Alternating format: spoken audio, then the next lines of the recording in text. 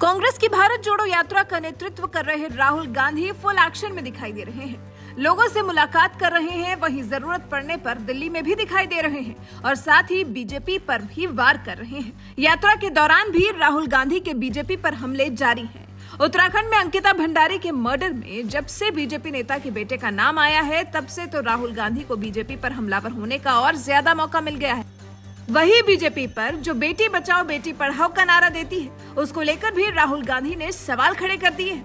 दरअसल उत्तराखंड में अंकिता भंडारी की हत्या का मामला ऐसा है जिसने पूरे देश को झकझोर कर रख दिया है और यही वजह है कि भारत जोड़ो यात्रा निकाल रहे राहुल गांधी के साथ भी अंकिता भंडारी के लिए न्याय मांगने वालों की भीड़ दिखी।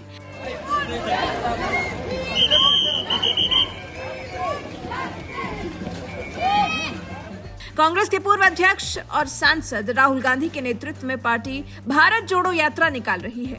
राहुल गांधी पैदल इस यात्रा का नेतृत्व कर रहे हैं। मंगलवार को जब ये यात्रा केरल के मलप्पुरम में थी, तभी कांग्रेस की महिला कार्यकर्ता भी उनके साथ चल रही थी और उनके हाथ में बिल्किस बानो और अंकिता भंडारी के न्याय के लिए बोर्ड्स थे। महिला कार्यकर्ता अंकिता भंडारी को न्याय दिलाने के लिए अपनी आवाज बुलंद कर नारे लगा रही थी।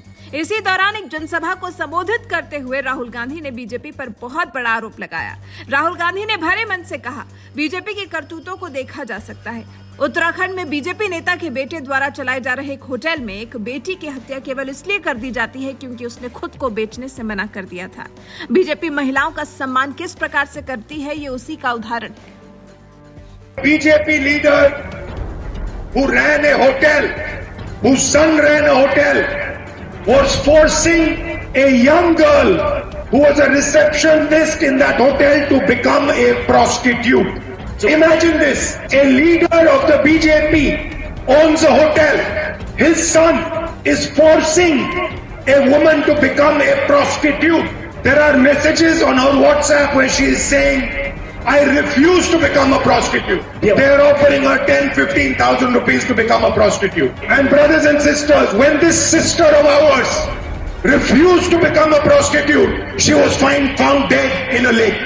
When she refused to become a prostitute, she was found dead in a lake. What did the chief minister of the state do? He destroyed the evidence in the case by destroying the hotel, so that nobody could ever find out what happened. This, brothers and sisters, is the ideology of the BJP. Women are second-class citizens for them, and India can never succeed with this ideology because India's strength, biggest strength, are our women. How can you talk about the future of a country if you cannot respect its women? Brothers and sisters, this is the truth of the BJP idea. और ये पहली बार नहीं है जब राहुल गांधी ने अंकिता भंडारी के murder का मुद्दा उठाया हो। इससे पहले राहुल गांधी ने मामले को लेकर सीधा पीएम मोदी पर निशाना साधा था। राहुल गांधी ने ट्वीट करते हुए लिखा था, प्रधानमंत्री का नारा बेटी बचाओ, भाजपा के कर्म बलात्कारी बचाओ। ये भारत के पहले प्रधानमंत्री हैं जिनकी विरासत होगी सिर्फ भाषण, झूठे और खोखले भाषण। उनका शासन तो अपराधियों को समर्पित है। अब भारत चुप नहीं बैठेगा। दरअसल अंकिता भंडारी के मामले में बीजेपी नेता का बेटा ही मुख्य आरोपी है। पूर्व बीजेपी नेता विनोद आर्य के बेटे पुलकित आर्य पर संगीन इल्जाम है और हालांकि विनोद आर्य बेटे को बचाते हुए ही नजर आ रहे हैं। अभी रविवार को ही उन्होंने अपने बेटे पुलकित आर्य को सीधा सा बालक बता दिया। विनोद आर्य का साफ कहना है कि पुलकित आर्य के खिलाफ लगे सभी आरोप बेबुनियाद हैं और उनका बेटा निर्दोष है।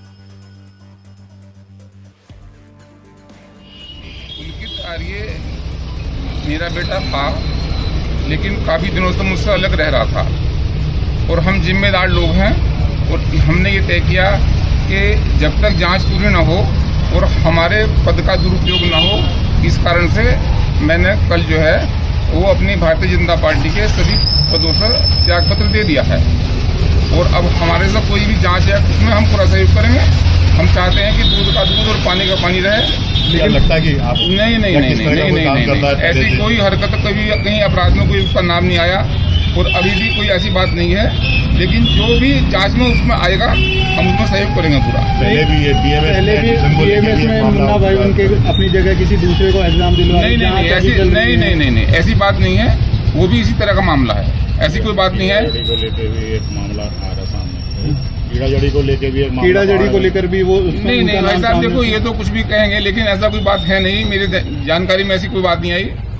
वो सीधा साधा बालक है, अपनी काम से काम ध्यान रखता है, बिजनेस में अपना काम है उसका, पार्टी ने आज नहीं, मेरी जानकारी में नहीं। तुमने तो कल ही अपना त्याग पत्र दे दिया था। अंकित को हटाया गया है। कल अपना त्याग पत्र दे दिया था और मैंने भी कल अपना त्याग पत्र दे दिया था इसी बात के लिए कि भाई कहीं जांच प्रभावित न हो। वहाँ जो आपके जो रिसोर्ट बना हुआ था क्या लीगल है वो? बिल्कुल लीगल है। कहा जा रहा है कि फैक्ट्री के नाम पे उसको नहीं, वहाँ की फार्मेसी के नाम पे।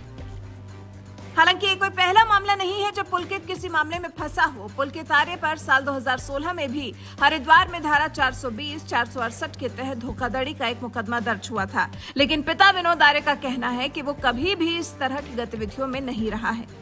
बीजेपी से विनोद आर्य और उनके बेटे अंकित आर्य को निष्कासित किए जाने के बाद उनका ये बयान सामने आया। विनोद आर्य का दावा है कि उन्होंने पार्टी से खुद ही इस्तीफा दिया था ताकि मामले की निष्पक्ष जांच हो सके।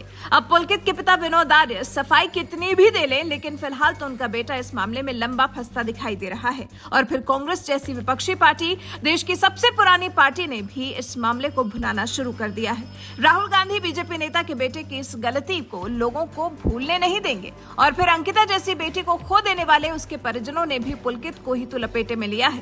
परिजनों का आरोप है कि वनतारा रिजॉर्ट के मालिक पुलकित आर्य और उनके सहयोगियों ने अंकिता पर एक वीआईपी कस्टमर को विशेष सेवा देने के लिए दबाव बनाया था। अंकिता ने इसके लिए मना कर दिया था, जिसके बाद अंकिता की हत्या कर दी गई थी। फिलहाल मामले में ताबड़तोड़ एक्शन जारी है, लेकिन इस एक्शन में और तेजी लानी होगी। कहीं ऐसा न हो कि आरोपियों को सजा दिलाने में इतनी देर हो जाए कि देश का माहौल अंकिता भंडारी को लेकर और ज्यादा गर्म हो जाए। वैसे राहुल गांधी ने तो माहौल गर्म करना शुरू कर ही दिया है। वैसे आपका अंकिता के मर्डर केस के बारे में क्या कुछ कहना है? आपको क्या लगता है, क्या सरकार अंकिता को इस मामले में न्याय दिला पाएगी? क्या सरकार देश की बेटी के साथ न्याय कर पाएगी? आपके इस पर विचार हमें कमेंट कर जरूर बताएं।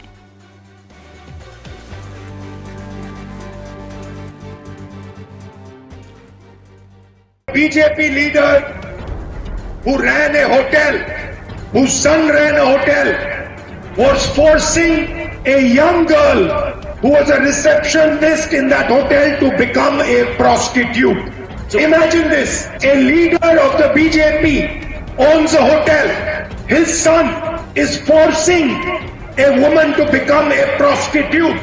There are messages on her WhatsApp where she is saying, I refuse to become a prostitute. They are offering her 10,000-15,000 rupees to become a prostitute. And brothers and sisters, when this sister of ours refused to become a prostitute, she was found dead in a lake. When she refused to become a prostitute, she was found dead in a lake. What did the Chief Minister of the state do? He destroyed the evidence in the case by destroying the hotel, so that nobody could ever find out what happened. This, brothers and sisters, is the ideology of the BJP. Women are second-class citizens for them, and India can never succeed with this ideology, because India's strength, biggest strength, are our women.